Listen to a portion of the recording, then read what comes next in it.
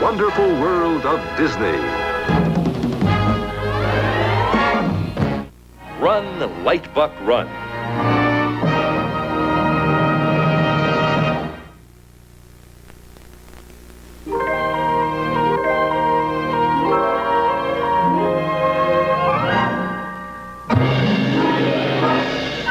And now your host, Walt Disney.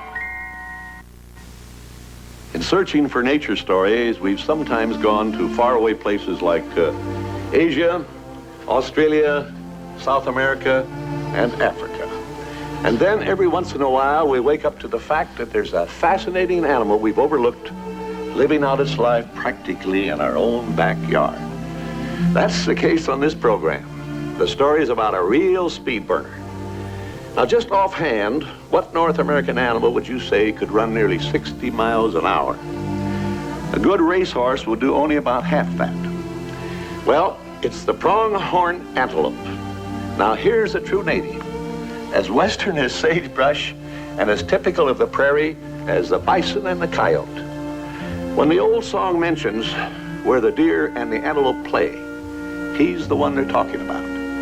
Now, the pronghorn runs for the pure pleasure of it. It's his whole life, practically, and his only defense.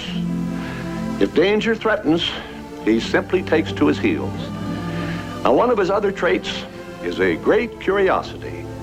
And our story is about a young pronghorn who strikes up a curious friendship with an old prospector. Later, as things turn out, this acquaintance becomes very important. It saves his life.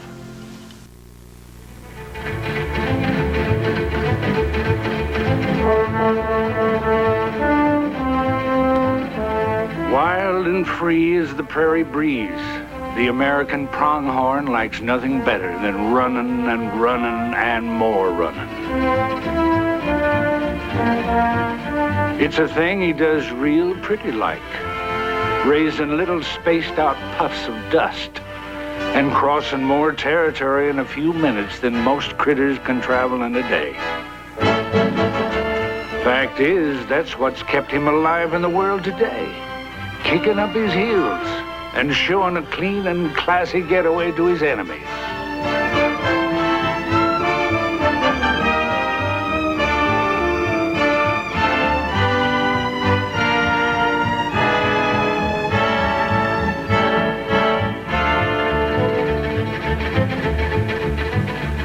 Now, this story is about a junior member of the breed, a little fella called Light Buck.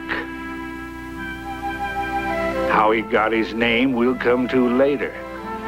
But on this particular morning we speak of, he wasn't showing much heel to anybody.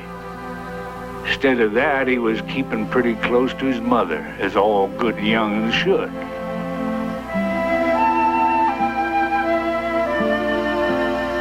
This, it turned out, was a real smart place to be. For it wasn't long before a coyote came on the scene. Well, sir, there's more ways of outsmarting a coyote than just running.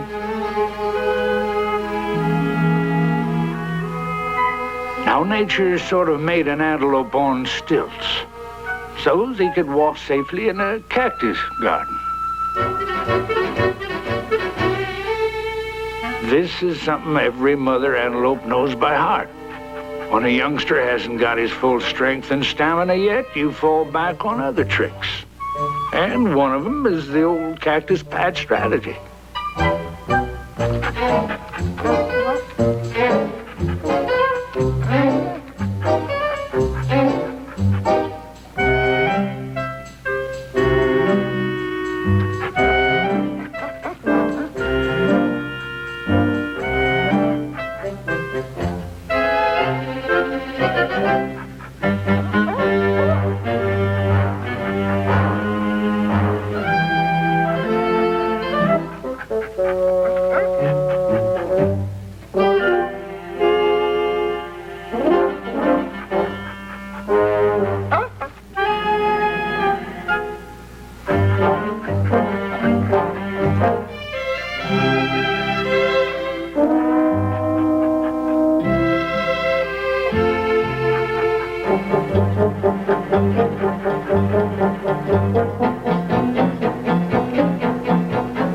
Well, it didn't take long for Mr. Coyote to get the point. Coyotes and cactus just don't mix.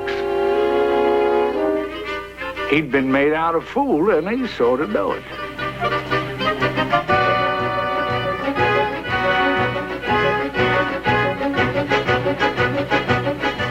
Well, sir, one foolish move often leads to another.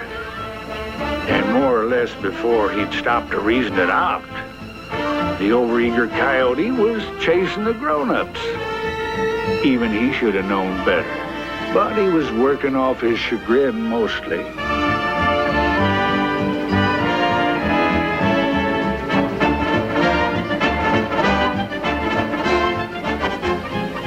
Of course, Lightbuck's mother was all for it. The farther he wanted to follow, the better. And she took the trouble to lead him a merry old chase.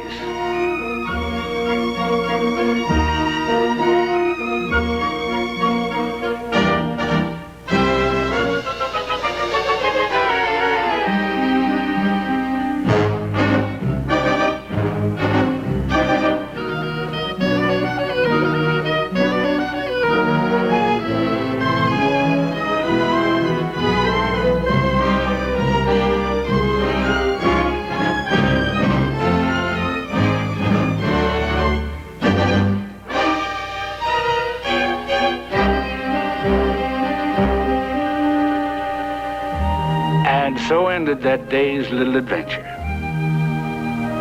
Lightbuck had learned a trick he'd always remember. When in trouble, stick to stickers and mother.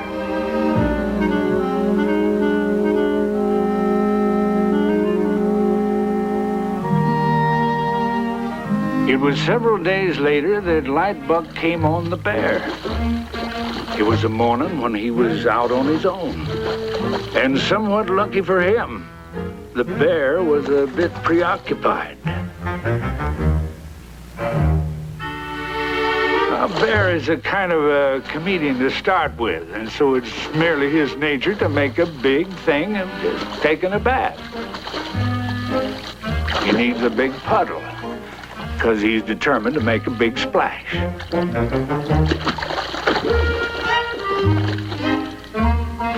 To Lightbuck, it was all kind of fascinating.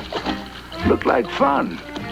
Quite inviting, in fact, but maybe not with a bear in the same tub. It took little more than instinct to tell him that, especially when the bear hauled out on the bank looking hungry and prowling and like he was ready for a meal.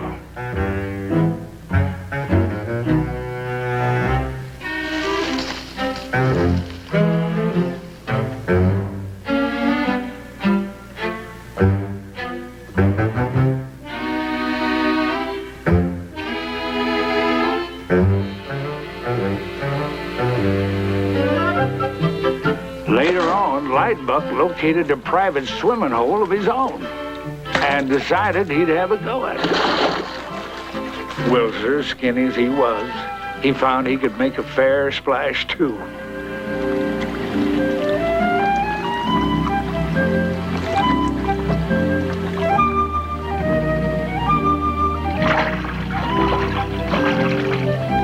It was all real refreshing. Enough to set a feller up and make him feel he could buffalo anybody.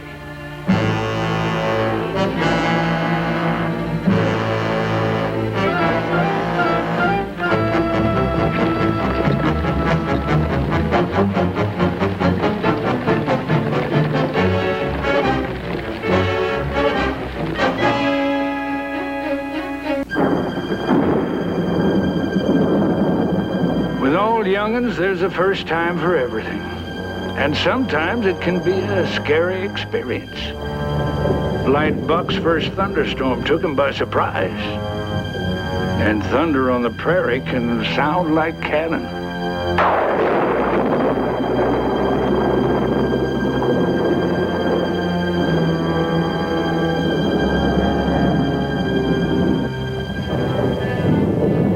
Light Buck's reaction was to try and run away from it.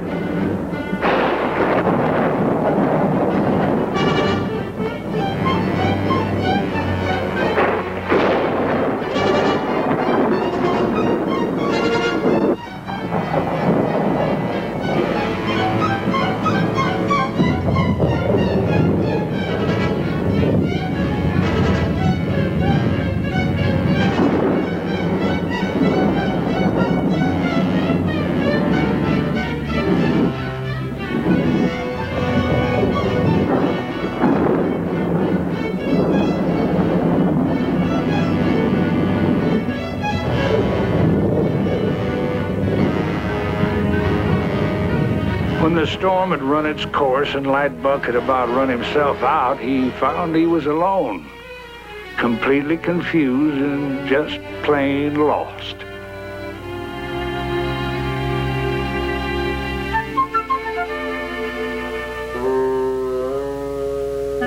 It was just about then he spotted some legs under a tree, and he ambled over to see who it might be.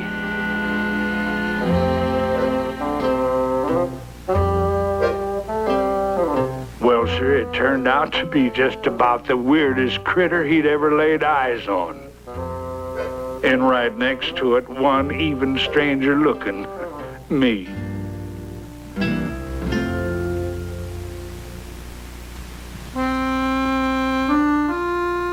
I guess if I'd have been him, I'd have panicked too. I wasn't going to hurt him, but then I realized he couldn't know that. Besides, his mom had probably taught him to play it safe and run away from anything unfamiliar. Well, next thing I knew, he'd gone and got himself all strung up in some wild gourd vines.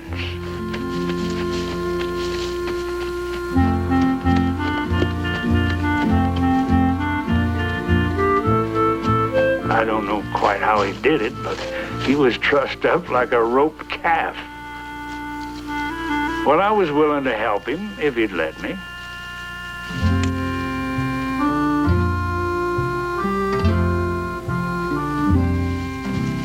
I noticed how pretty he was. His coat soft as buckskin, and I figured then and there he ought to be called Light Buck. That's if he needed a name, which of course he didn't. About then, his mother came looking for him. And I sort of aimed him in the right direction.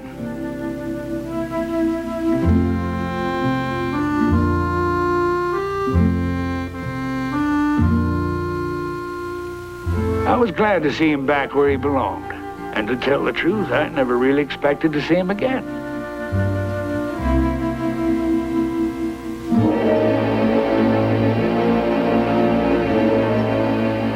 Well, winter came on, and the wolves. I had things to do, and I'd long since dismissed him from my mind. I was no better off than the other critters on that range. We was all just coping and fighting to stay alive, wolves included. I tell you, that was the worst winter in 50 years. Winter-killed cattle was lying everywhere. Of course, that meant a break for the wolves, so at least some good came of it.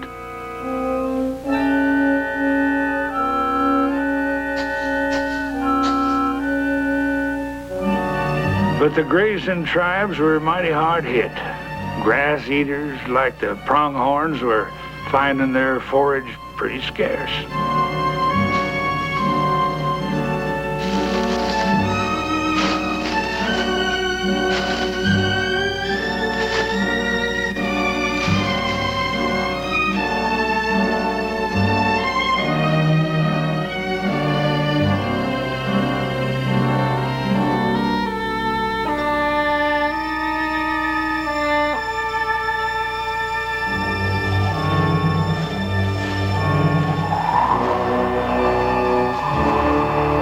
Was going to be rough and get even rougher when I watched the buffalo plodding along in drifts up to their knees.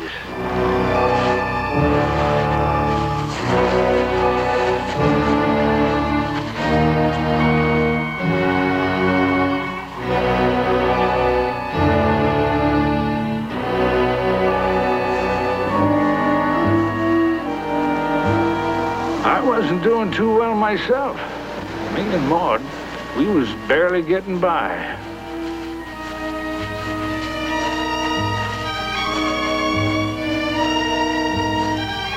Then one cold, freezing morning, I stumbled on Lightbuck.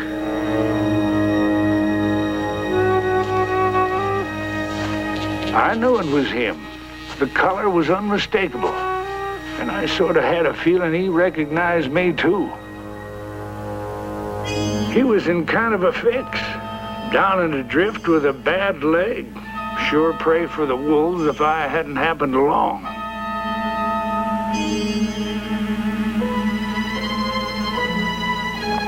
Well, Lightbuck, little fella, I says to myself, I got a way of talking to myself, you better come with me. Maud, old gal, I says, I talk to my burro like she could understand, which she does. Maud, old gal, you're gonna have a passenger.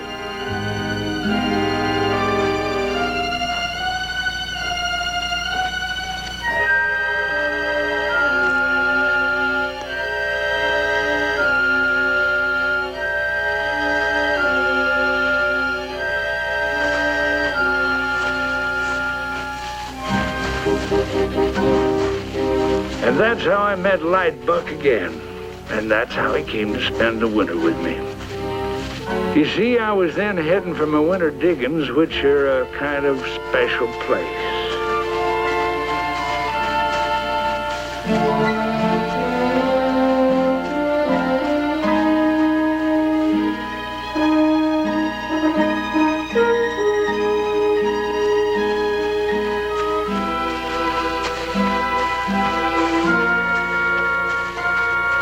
Now, some say they go off to places like Florida or some tropical island to get away from winter. Me and Maud and Lightbuck, we just planned on dropping down to the bottom of the Grand Canyon. It's a whole different climate. Winter up on top and perpetual summer below.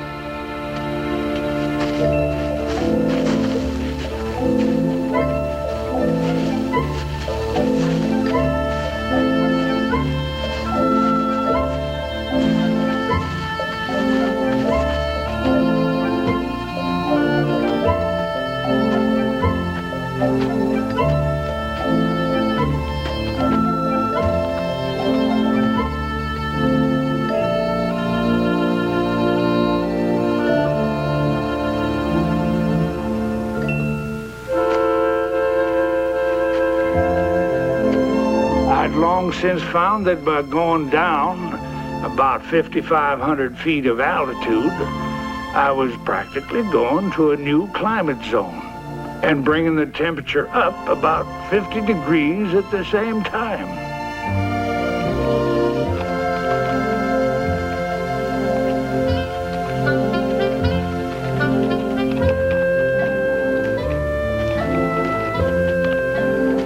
Little old Lightbuck, he stuck it out with us, riding along real nice.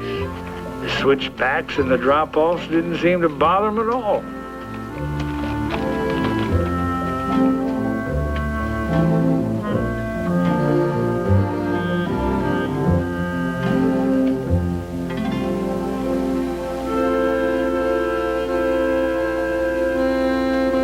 For nigh on to 40 years, I'd been wintering here.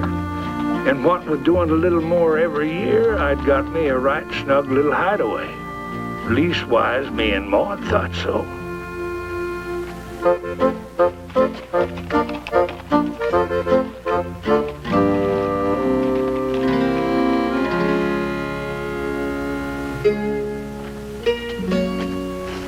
Well, once we got there, my first concern was to make Lightbuck more comfortable.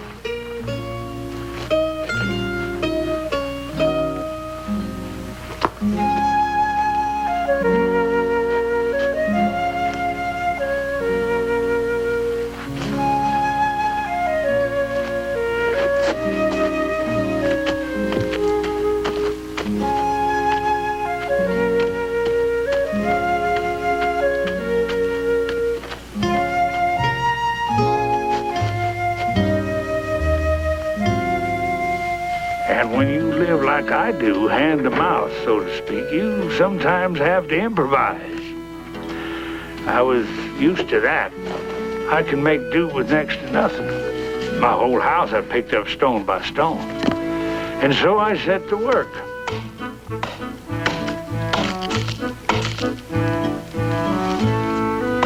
It might have looked like I was starting kindling for a fire, but that could come later. Right now I had other plans. I'd never rigged up an animal hospital before, but I figured I could do it as well as the next man.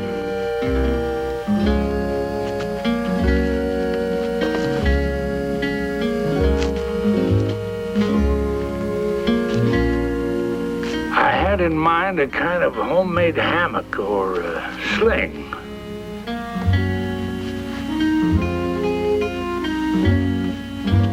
I knew the first thing was to get the weight off of that bad knee.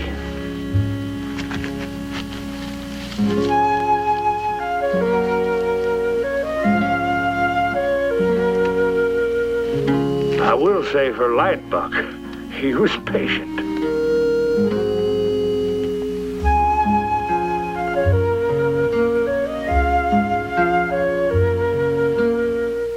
He didn't have much to say about it, of course, but even so, he took it all without a fuss.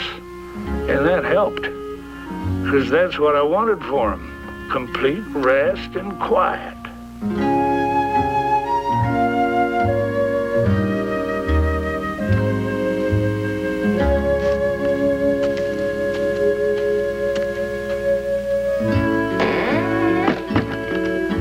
Next thing, I went about opening up the house, letting some air in, and chasing my tenants out.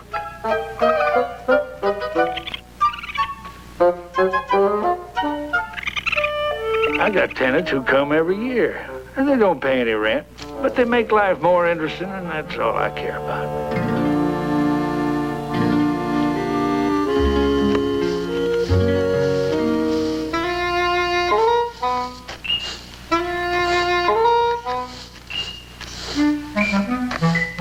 I can be friends with anybody, tarantulas even, as long as they keep out from underfoot.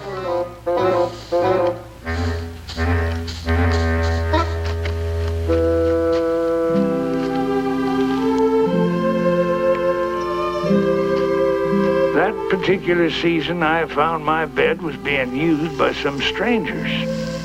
At first, I thought it was mice, but it turned out to be a whole passel of baby rabbits. Well, I decided if I was running a lost and found department, I'd put them outside where their mother'd find them.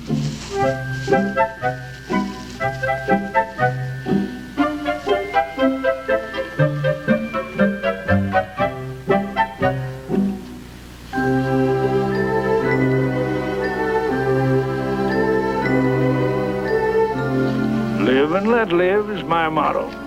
And sure enough, I'd no sooner going inside than she came along and claimed them.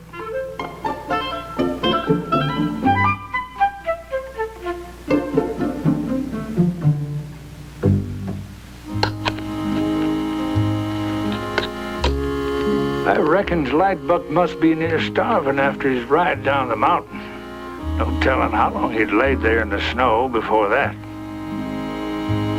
I figured his mother was dead, and that meant I had to take her place.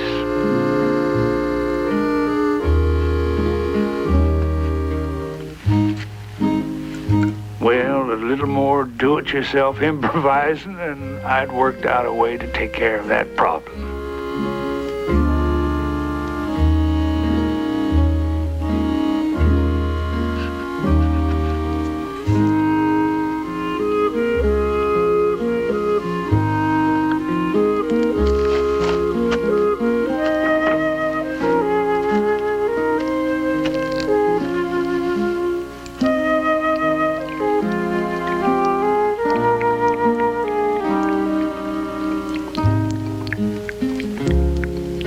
Lightbuck, I says to him, you're all right.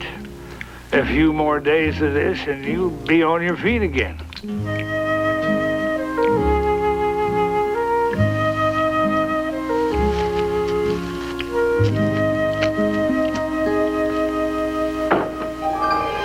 Well, as I say, it was the worst winter in 50 years up along the Rimrock. I wasn't there, but I didn't have to be to know what it was like.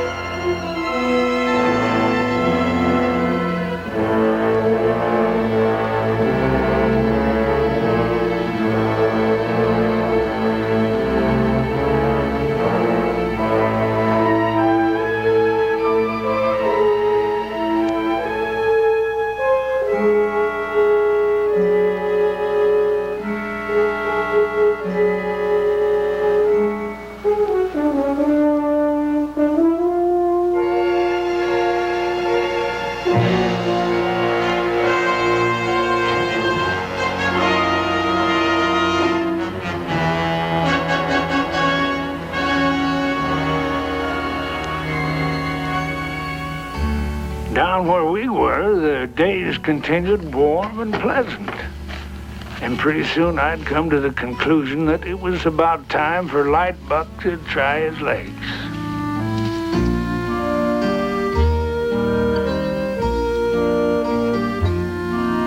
The bad knee seemed limber and moving right. The swelling was gone.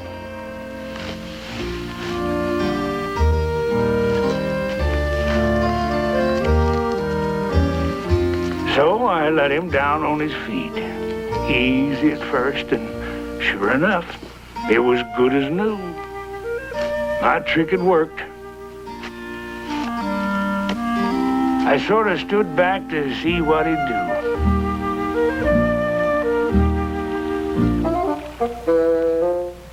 I was kind of tickled to see him make friends with Maud. Now I thought we'll all have a lot of nice peace and quiet around the place. I guess I didn't know then just how wrong I was.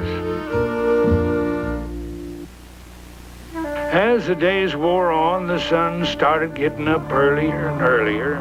Somehow, with most of my chores caught up with, I started getting up later and later. Well, sir, if I slept through Maud's morning call, then things begin to happen. It got to be a regular routine. First, Lightbuck would come calling, just checking to see if I was awake.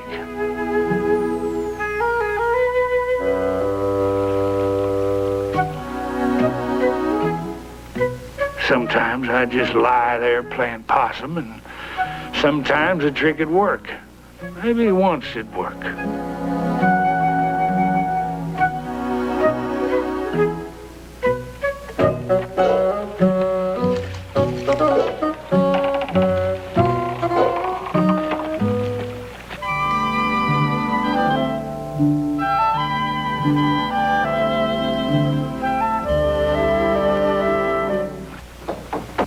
With old Maud, it was different. She wasn't one to be fooled. If she made up her mind to come and get me, then I was pretty well got. Because Maud wasn't about to take no for an answer. One way or the other, she was bound to get action.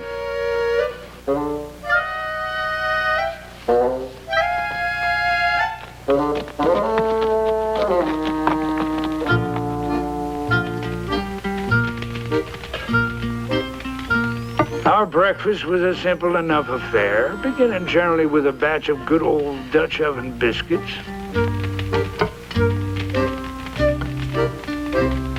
I loved them with my molasses, and if I do say so myself, I could turn out a fairly tempting panful.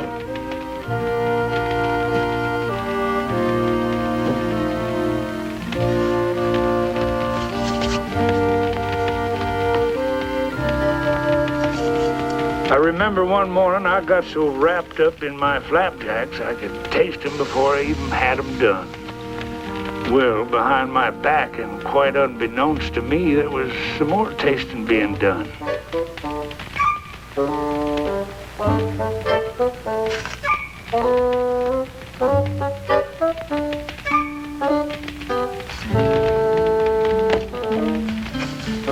That old hay burner of mine was indulging a sweet tooth for baked goods and going about it just as bold as brass.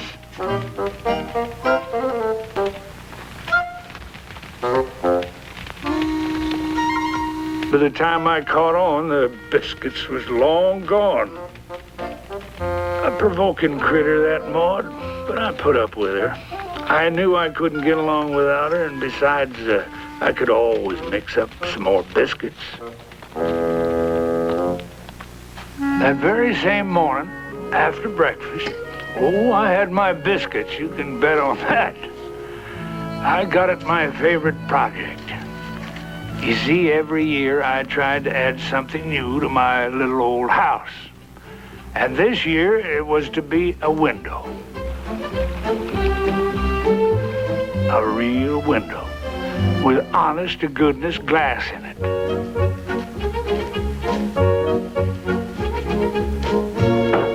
I wanted a peephole in my front door, just like some city dweller's house. Don't ask me why. I never expected any callers, but it just seemed like it'd be a nice thing to have.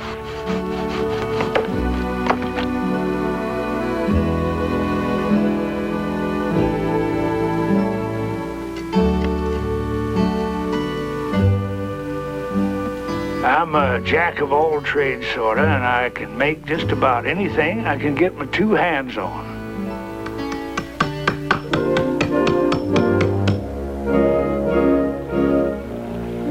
Well, I had that window set and centered in practically no time at all. And I felt real good about it. That was my big beautification project for the winter. I'd carried that pane of glass better than 100 miles just for this moment.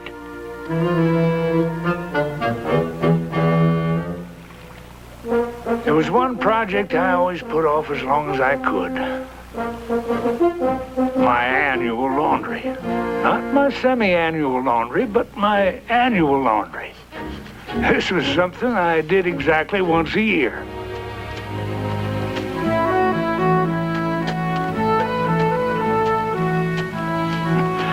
Quick as I could, I got at something I enjoyed better, which was cutting a supply of wood from a fire.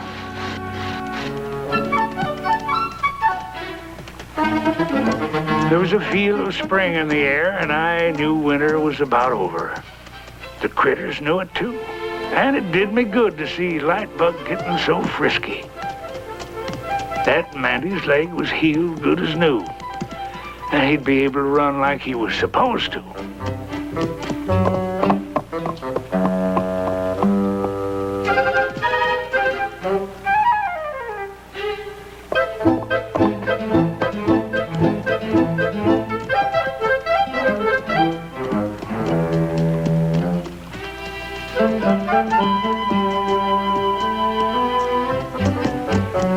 He and Maud kind of cooked up a game of tag, and I got quite a kick out of watching them.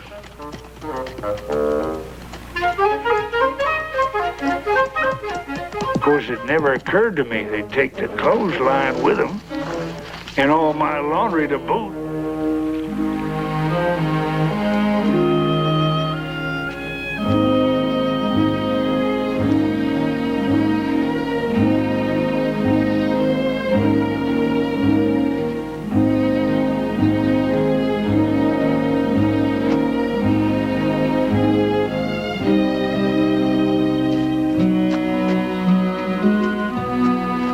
Well, sir, I wasn't going to wash them clothes again.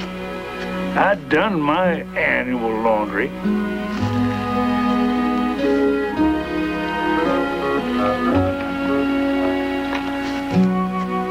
I hung them up just exactly as they were. I figured they'd dry out as clean as I needed.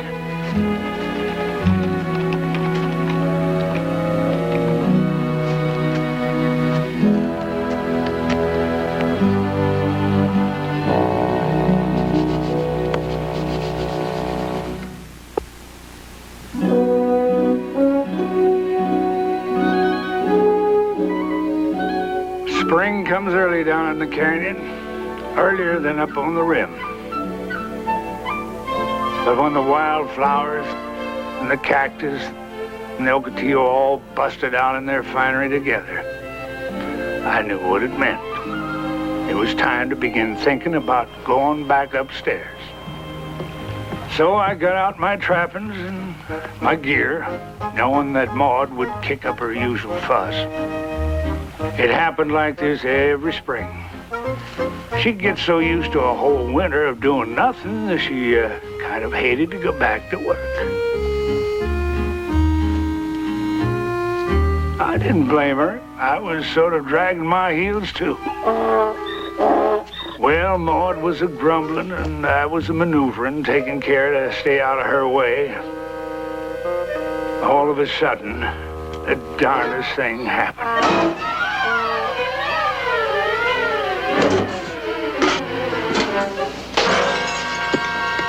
Oh!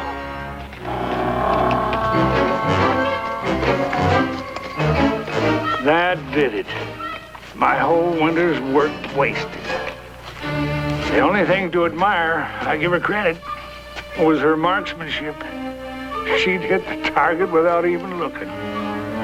Well, maybe next year, a new window.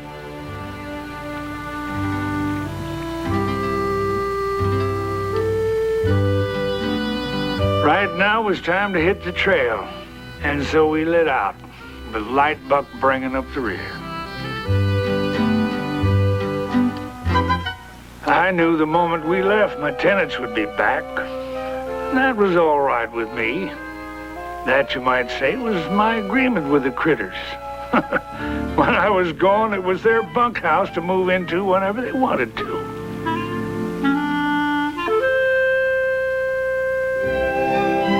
Well, sir, when we got up topside, the snow was gone. The country smelled good, and it looked like a real fine season ahead.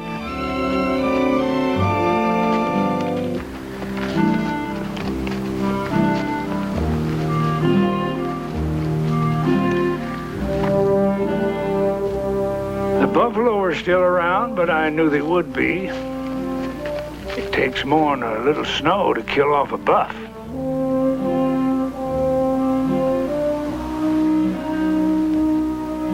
Pretty soon, though, I began to wonder where all the antelope had got to. Other than Lightbuck, there wasn't one of them in sight. Plenty of buffalo, but no pronghorn.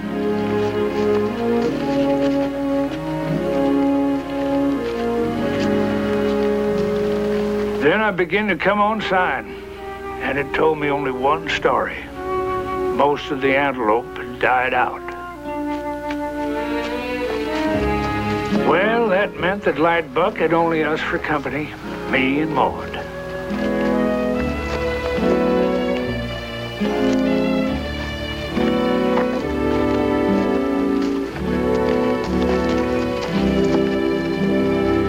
Oh, one day we did bump into company of a sort. A little old baby javelina came out of the brush.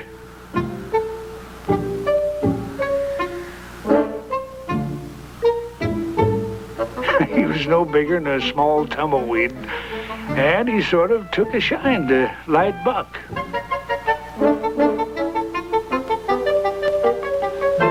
It was kind of amusing to see who was scared of who and who wasn't.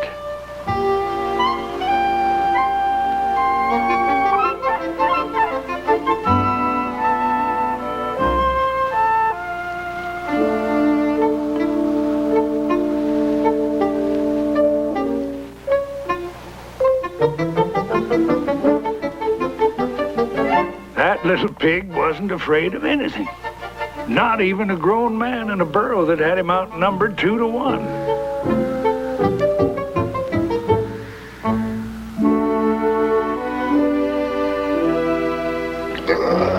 But about that time, his mammy called him, and he traipsed off to where he belonged.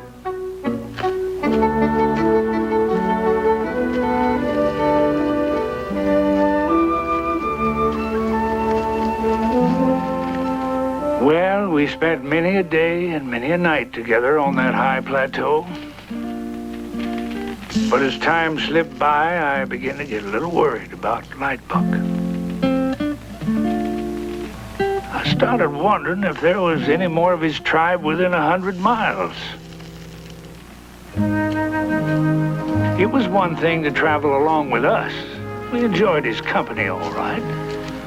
But where he really belonged was back in a good herd of running critters like himself.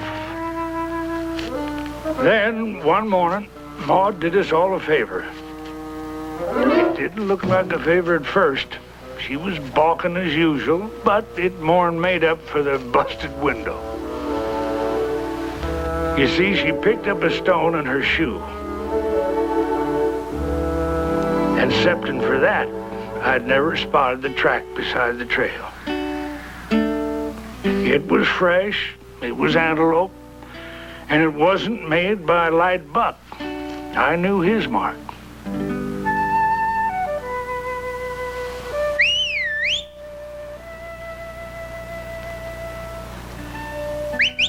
I whistled him over, and I tried to tell him there was other pronghorn around here somewhere. I was sure of it. That very morning, we started looking in real earnest. No more prospecting for me till I'd found something twice as important.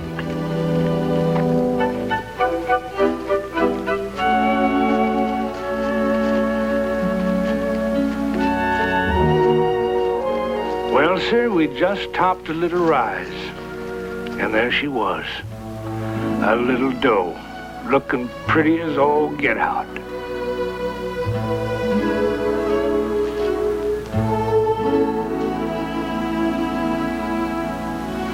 For a moment, Lightbuck seemed kind of reluctant to leave us.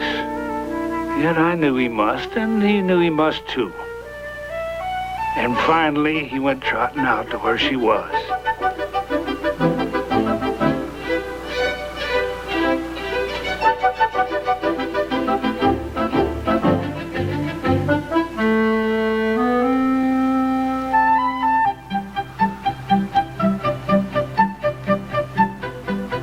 It was kind of a touching moment. Even old Maud seemed to get the sentiment. The little gal came out looking kind of shy, and Lightbuck, he stood there looking real handsome and impressive.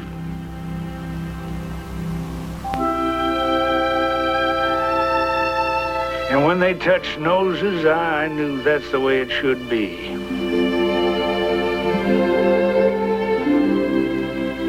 They both looked back, kind of saying goodbye.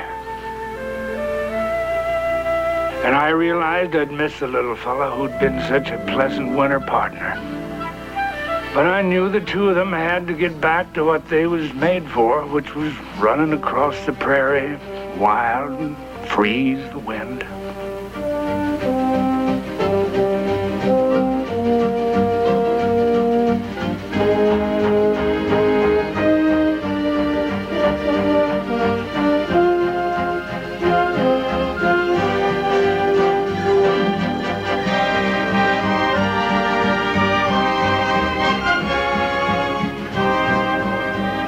Me and Maud, meanwhile, we lit out for the backcountry.